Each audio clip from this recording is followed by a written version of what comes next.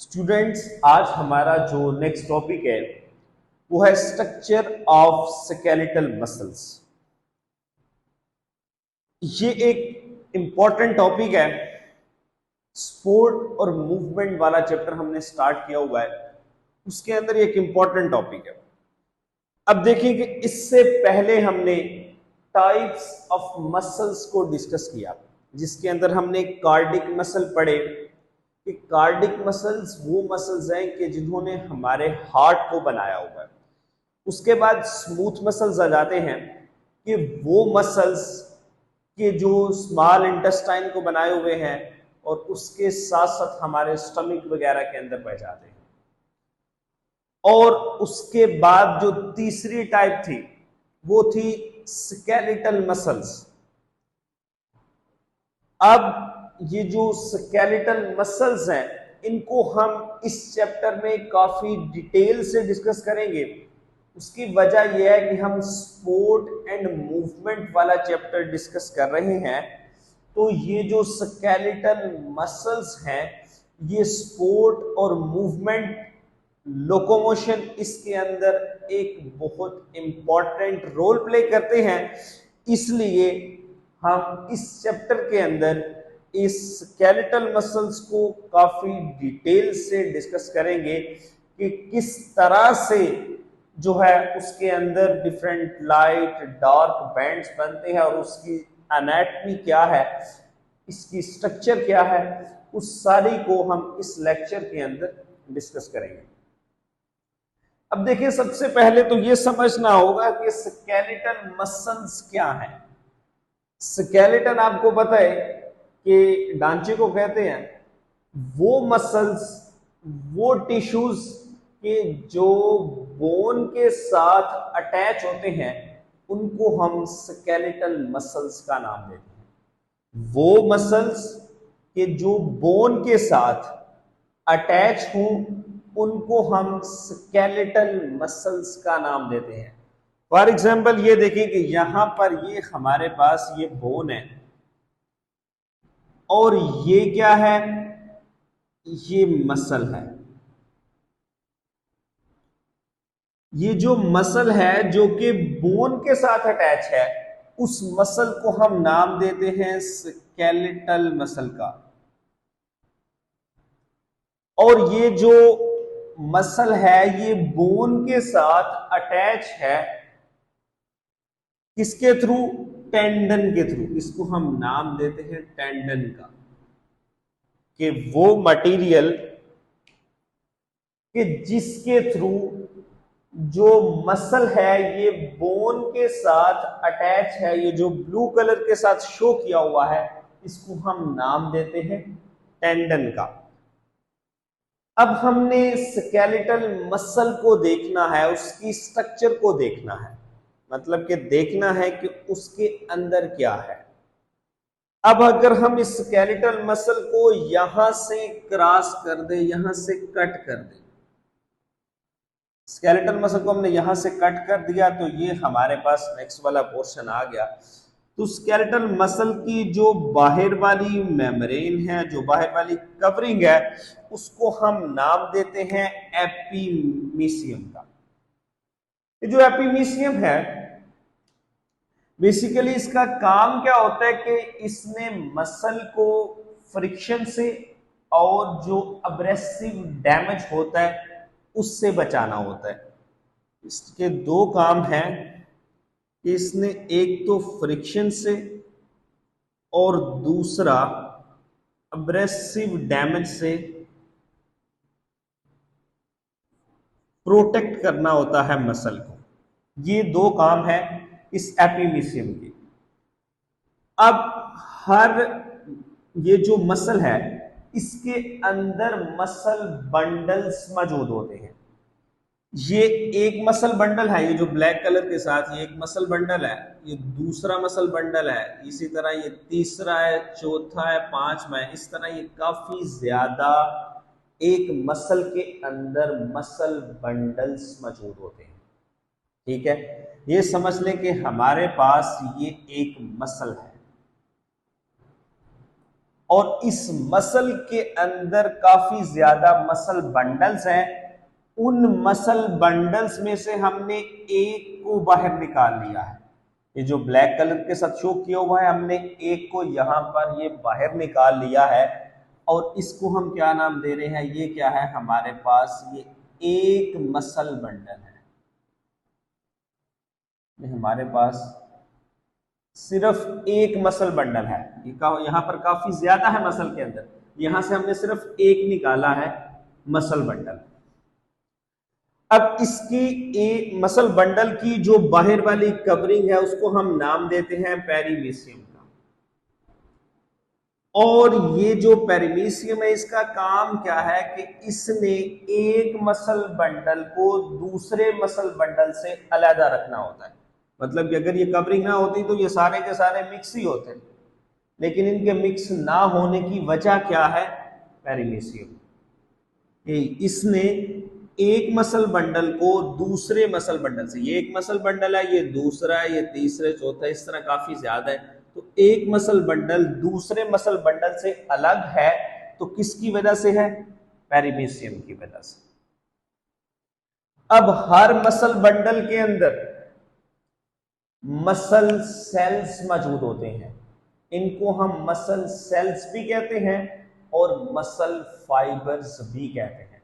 ये काफी ज्यादा तादाद के अंदर मौजूद होते हैं। ये जो हमने ब्लू कलर के साथ शो किए हुए हैं, ये क्या है, ये मसल सेल्स हैं। यहां पर ये सारे के सारे मसल बंडल्स हैं, इनको हम मसल बंडल्स का नाम दे रहे हैं। ये इसके बीच जो है ये सारे के सारे क्या है, मसल बंडल है। और इस मसल बंडल के अंदर ये सारे के सारे क्या है, ये मसल फाइबर है। मसल फाइबर, या हम इसको मसल सेल का नाम भी देते हैं। आगे हमने मसल फाइबर को एक को यहां पर बाहर निकाल लिया है। ये क्या है हमारे पास, मसल फाइबर, या हम इसको मसल सेल का नाम भी देते हैं। यहां पर बंडल में से हमने एक को यहां पर बाहर निकाल लिया है। इसकी जो बाहर वाली कवरिंग है उसको हम नाम देते हैं एंडोमीशियम का। ठीक है, अब हमने यहां पर, ये हमारे पास एक मसल सेल है, या हम इसको मसल फाइबर कह सकते हैं, दोनों नाम इसके हैं। अब ये जो मसल सेल है इसको हमने इस तरह से कर लिया, एक मसल सेल को समझने के लिए ये एक ही चीज है, हम आपको इस तरह से बना लें, इस तरह से, ये एक ही चीज का नाम है, मसल फाइबर है। ये भी मसल फाइबर, मसल सेल है।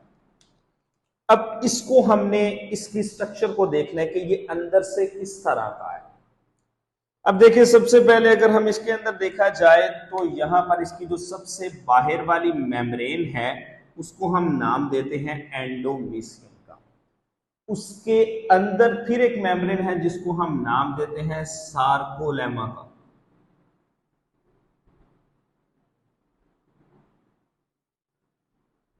इसके अंदर एक मेम्ब्रेन है, उसको हम क्या नाम दे रहे हैं, सार्कोलेमा का।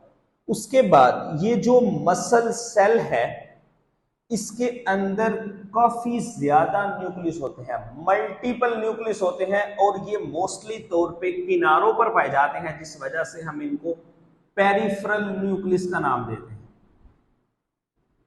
पेरिफेरल न्यूक्लियस इसके अंदर पाए जाते हैं और ये मल्टीपल अमाउंट में पाए जाते हैं।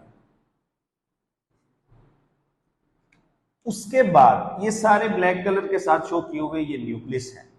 उसके बाद इसके अंदर माइटोकॉन्ड्रिया मौजूद होती है, ये माइटोकॉन्ड्रिया, इसके अंदर माइटोकॉन्ड्रिया भी मौजूद होते हैं। उसके बाद इसके अंदर एलोंगेटेड सिलिंड्रिकल सेल्स होते हैं, ये जो एलोंगेटेड सिलिंड्रिकल सेल्स भी मौजूद होते हैं।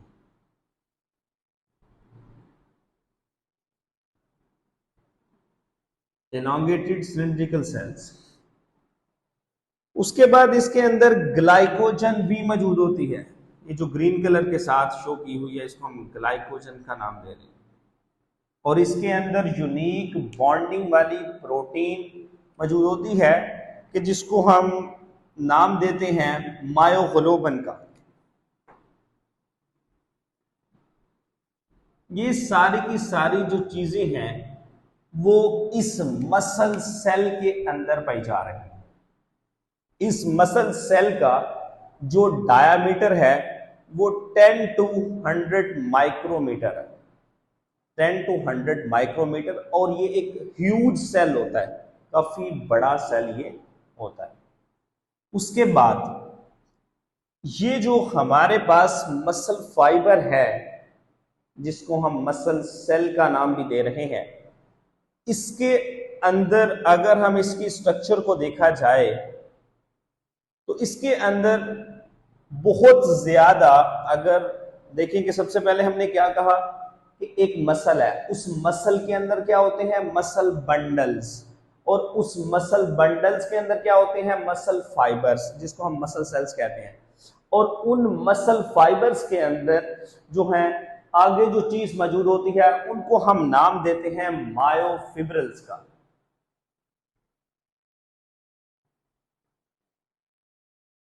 यानी कि ये जो इसके अंदर ये जो मौजूद है ये मायोफिब्रिल्स हैं, ये भी एक मसल सेल है, लेकिन इसको अलग, उसके अनाटमी को अलग मैंने आपको इसलिए समझा दिया ताकि यहाँ पे कंफ्यूजन ना हो आप लोगों को। जबकि ये भी मसल सेल है, ये भी मसल सेल है, और ये भी मसल सेल ही है, ये एक ही है, लेकिन यहाँ पर इसकी स्ट्रक्चर को इस तरफ किया इसलिए डबल बना, और यहाँ पर इसके अंदर हमने मायोफिब्रिल्स को देखना है इसलिए मैंने इसको अलहदा बनाया। अब यहाँ पर बहुत ज्यादा मसल सेल के अंदर ये जो है ये मायोफिब्रिल्स मौजूद है। ये जो मायोफिब्रिल्स हैं अगर इनका डायमीटर देखा जाए इन मायोफिब्रिल्स का, तो ये 1 to 2 माइक्रोमीटर है, 1 to 2 माइक्रोमीटर इनका डायमीटर है। और ये बिल्कुल एक दूसरे के पैरेलल रन कर रहे होते हैं, बिल्कुल एक दूसरे के पैरेलल होते हैं। उसके बाद ये पूरे के पूरे सेल के अंदर इंटायर जो लेंथ होती है पूरे की पूरी सेल के अंदर, उसके अलोंग ये रन कर रहे होते हैं। और इनकी जो आउटर मेम्ब्रेन है उसको तो हम आपको यहाँ पर मैंने डिस्कस किया कि एंडोमीसियम कहा जाता है, और उसके अंदर जो मेम्ब्रेन पाई जाती है उसको हम नाम देते हैं सार्कोलेमा का। उसको हम क्या नाम दे रहे हैं, सार्कोलेमा का। ये है हमारे पास सार्कोलेमा। उसके बाद आगे रहती है सार्कोमियर, मसल सेल का। बेसिकली जो सार्को वर्ड है ना ये मसल्स के लिए यूज किया जाता है, आपने हमेशा याद रखना। अब ये जो सार्कोमियर है ये स्मॉलर कंट्रैक्टाइल यूनिट है इन केस ऑफ मसल्स। हम इसको ये भी कह सकते हैं कि जो दो जी लाइंस होती हैं, टू जी लाइंस के दरमियान, टू सक्सेसिव जी लाइन के दरमियान जो डिस्टेंस होता है वो स्मॉलर कंट्रैक्टाइल यूनिट कहलाता है। उसको हम क्या नाम देते हैं, सार्कोमियर का। मतलब दो जी लाइन के दरमियान जो डिफरेंस है, जो डिस्टेंस है, उस डिस्टेंस को हम क्या नाम दे रहे हैं, सार्कोमियर का। अब हमने देखना है कि ये जो मायोफिब्रिल्स हैं ये किस तरह से जो है वो मसल सेल के अंदर अरेंज होती है। पीछे हमने पढ़ा कि जो मसल सेल्स हैं इसके अंदर लाइट और डार्क बैंड्स मौजूद होते हैं। वो किस तरह से बनते हैं, वो जो लाइट और डार्क बैंड्स होते हैं, और डिफरेंट जो यहाँ पर इसके जोन है उनको भी हम इसके अंदर डिस्कस करेंगे। ये समझ लें कि हमारे पास ये एक मसल सेल है कि जिसके अंदर ये सारा हम डिस्कस करने लगे हैं कि किस तरह से लाइट बैंड बनता है, डार्क बैंड बनता है, ये सारी चीजें। यहां पर मैंने आप लोग को एक बात नहीं बताई, वो ये है कि ये जो मसल सेल है इसका जो साइटोप्लाज्म है उसको हम सार्कोप्लाज्म का नाम देते हैं। कि ये जो सारा एरिया है इसको हम क्या नाम दे रहे हैं, इसके जो साइटोप्लाज्म है उसको नाम दे रहा है सार्कोप्लाज्म। मतलब कि मसल के मसल का जो प्लाज्म है, मतलब कि जो जिस तरह साइटोप्लाज्म होता है, इसी तरह जो मसल का जो इंटरनल एरिया होता है, जहां पर ये माइटोकॉन्ड्रिया, ग्लाइकोजन, ये डिफरेंट चीजें पाई जा रही हैं, ऑर्गेनेलिस पाई जा रही हैं, उसको हम क्या नाम देते हैं? सार्कोप्लाज्म का। अब आ जाएं कि हम किस तरह से जो मसल सेल है उसके अंदर जो लाइट और डार्क बैंड्स बनते हैं वो किस तरह के होते हैं और किस तरह से बनते हैं। अब जब हम देखते हैं कि मायोफिब्रिल्स जो है, इसके अंदर जो मसल सेल होता है ना, मसल सेल के अंदर मायोफिब्रिल्स होती है, और मायोफिब्रिल्स दो तरह की होती है, ठीक है ना, जिसको हम मायोफिलामेंट्स भी कह रहे होते हैं। दो तरह की होती है, एक को हम नाम देते हैं एक्टिन का, दूसरे को हम नाम देते हैं मायोसिन का। जो बारीक वाली होती है उसको हम एक्टिन का नाम देते हैं, मतलब ये जो बारीक है, जो थिन है, इसको हम क्या नाम दे रहे हैं? एक्टिन का। ये थिन फिलामेंट है, ये थिन है। और ये जो मोटे वाली है, ये जो है, इसको हम मायोसिन का नाम देते हैं। और ये क्या है? थिक है, मतलब कि ये मोटी है। और ये क्या है? एक्टिन क्या है? ये बारीक है। अब जब मसल कॉन्ट्रैक्ट और रिलैक्स करते हैं तो इनकी यहां पर ये ब्रिज बनता है, और इसकी वजह से लाइट और डार्क बैंड बनते हैं, वो हम यहां पर डिस्कस करने लगे। अब देखिए, ये जितनी भी ब्लैक कलर के साथ ये शो की हुई है ना, ये सारी की सारी एक्टिन फिलामेंट्स हैं। और ये जो ब्लू कलर के साथ शो की हुई है, ये सारी की सारी क्या है? ये मायोसिन फिलामेंट है। मायोसिन फिलामेंट जो है वो मोटी होती है, जबकि एक्टिन फिलामेंट पतली होती है, थिन होती है। अब देखें कि यहां पर ये जो है, ये हमारे पास क्या है? ये मायोसिन है, और यहां पर ये एक्टिन है। अब होता क्या है, अब पहले हम ये बैंड्स को समझते हैं कि बैंड्स कौन कौन से हैं, किस तरह से बैंड जो है वो बन रहे होते हैं। अब ये देखें कि यहाँ पर ये जहाँ से ये जो है हमारे पास एक्टिन, तो ये जो मायोसिन है, ये मायोसिन है ना ब्लू कलर वाली, ये मायोसिन जहाँ से स्टार्ट हो रही है और यहाँ पर जहाँ पर ये एंड हो रही है, मतलब कि ये जहाँ से मायोसिन, ये जो मायोसिन वाला रीजन है कि जिस जगह पे मायोसिन पे जा रही है, इसको हम नाम देते हैं ए बैंड का। और ये वाला जो बैंड होता है कि जहां पर मायोसिन पाई जा रही होती है, ये डार्क बैंड होता है। इसको हम क्या नाम देते हैं? डार्क बैंड का या ए बैंड का, ठीक है। और ये एन आइसोट्रोपिक होता है। एन आइसोट्रोपिक क्या है? कि ये जो है ये लाइट को पोलराइज कर देता है, फैला देता है। विजिबल जो लाइट होती है उसको फैला देता है, और इसकी वजह से क्या बनता है? डार्क बैंड बनता है, ठीक है। अब यहां पर आगे आ जाए कि जहां पर मायोसिन मौजूद नहीं होता, यहां पर मायोसिन मौजूद था तो वो डार्क बैंड बना था। जहां पर मायोसिन मौजूद नहीं है, अब इस वाले यहां से लेकर यहां तक, यहां पर कोई भी मायोसिन मौजूद नहीं है, इसको हम क्या नाम देते हैं? लाइट बैंड का। इसको हम आई बैंड भी कहते हैं, या हम इसको लाइट बैंड कहते हैं। आई बैंड जो होता है ये लाइट बैंड होता है, और ये आइसोट्रोपिक होता है, मतलब कि ये लाइट को पोलराइज नहीं करता, ठीक है। ये लाइट को पोलराइज करता है डार्क बैंड, इसको ए बैंड कहते हैं। जबकि जो आई बैंड है ये लाइट को पोलराइज नहीं करता, ये नॉन पोलराइज है। इसको हम आइसोट्रोपिक कहते हैं, लाइट बैंड कहते हैं, आई बैंड कहते हैं। यहां पर मायोसिन मौजूद नहीं होता। अब आगे आ जाएं कि ये जो ए बैंड होता है, ए बैंड के अंदर एक लाइट कलर की स्ट्रिप होती है, पट्टी होती है, ये वाली, ये लाइट कलर की होती है। ये जो लाइट कलर की पट्टी है, ये वाली,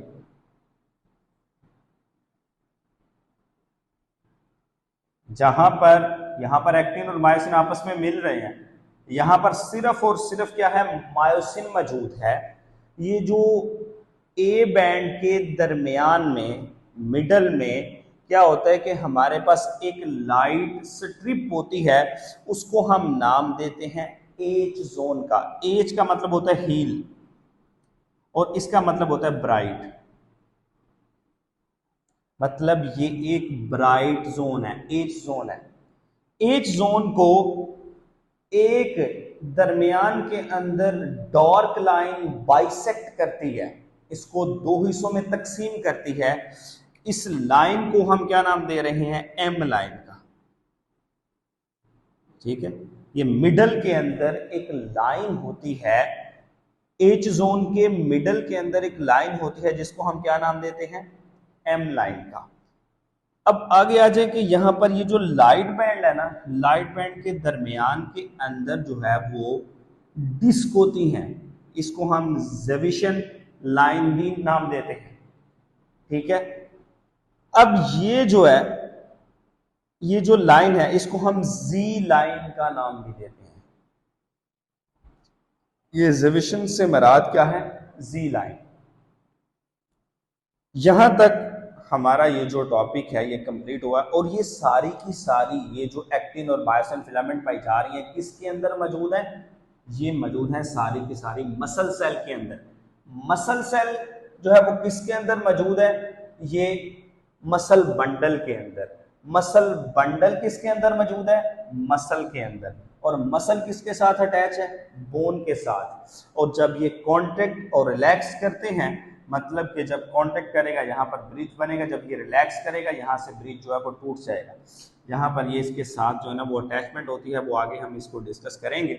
ठीक है, यहाँ पर आज हमने सिर्फ यहाँ तक बैंड्स को आपको याद रखना है कि ये जो है जहाँ पर सिर्फ मायोसिन पाया जाता है उसको हम डार्क बैंड का नाम देते हैं, और जहाँ पर मायोसिन मौजूद नहीं होता उसको हम लाइट बैंड का नाम देते हैं। लाइट बैंड को आपने आई से याद रख लेना है, लाइट के अंदर ये देखें आई आ रहा है। ठीक है, तो इस तरह आपने आई वाला बैंड इसको याद रख लेना है, और ये आपने याद रख लेना है ए बैंड। और मोस्टली तौर पे एमडी कैट के अंदर ये एमसीक्यूज पूछा जाता है कि जो ए बैंड है ये आइसोट्रोपिक है या एन आइसोट्रोपिक है, बोर्ड के अंदर भी पूछा जा सकता है। तो ये आपने याद रखना है कि ए और एन ये दोनों ए से स्टार्ट हो रहे हैं, तो ए बैंड और एन आइसोट्रोपिक। ठीक है, और जो आई बैंड है ये आइसोट्रोपिक है। ठीक है, ये इजीली आप इसको इनके पहले हरफ से जो पहला लफ्ज है इससे आप इसको याद रख सकते हैं। अब ये जो दो जी लाइन है, एक ये देखें, एक जी लाइन ये है, एक जी लाइन ये है, इनके दरमियान वाला ये जो डिस्टेंस है इसको हम क्या नाम दे रहे हैं, ये जो जी लाइन, एक जी लाइन से दूसरे जी लाइन के दरमियान, ये क्या है, ये सार्कोमियर है, स्मॉलर कंट्रैक्टाइल यूनिट है बिटवीन टू जी लाइंस। इसको हम क्या नाम दे रहे हैं, सार्कोमियर का। और ये सारे का सारा जो है ये किसके अंदर हो रहा है, यहां पर मैं आप लोग को दोबारा, ये सारे का सारा जो प्रोसेस है ये मसल सेल के अंदर हो रहा है। ये मसल सेल जो है, ये जो हमने नीचे लेके हैं, ये सारे का सारा उसके अंदर ये लाइट और डार्क बैंड्स जो है वो बन रहे होते हैं। ठीक है, यहाँ तक अगर आप लोग को कोई क्वेश्चन है तो वो आप लोग पूछ सकते हैं। बाकी एक्टिन और मायोसिन जो है वो किस तरह से अटैच होती हैं और उनकी आगे प्रॉपर्टीज क्या है, ये सारी हम नेक्स्ट वाले लेक्चर के अंदर डिस्कस करेंगे। यहाँ पर हमने इसके बैंड्स को डिस्कस किया कि लाइट बैंड कौन सा है, डार्क बैंड कौन सा है, एच जोन क्या है, एम लाइन क्या है, जी लाइन क्या है, ये सारी की सारी चीज़ें यहाँ पर हमने डिस्कस की हैं। बाज़ वो एमडी कैट के अंदर इस तरह का क्वेश्चन भी पूछता है कि वो इस तरह की, ये जैसे ये एक डायग्राम बनी हुई है, अब वो पूछेगा कि इस डायग्राम के अंदर बताएं कि कितने सार्कोमियर्स मौजूद हैं, how many sarcomeres in a given diagram, कि एक जो डायग्राम दी हुई है उसके अंदर कितने जो है वो सार्कोमियर्स मौजूद है। अब यहां पर ये देखें कि अब आप लोगों ने मुझे बताना है कि इस ये जो डायग्राम बनी हुई है इसके अंदर कितने सार्कोमेयर्स मौजूद है, एक है, दो है, तीन है या चार है, तो आप लोग कमेंट सेक्शन के अंदर बताएंगे। और नेक्स्ट जो लेक्चर है वो इंशाल्लाह जो नेक्स्ट लेक्चर है वो एक्टिन और मायोसिन के ऊपर होगा।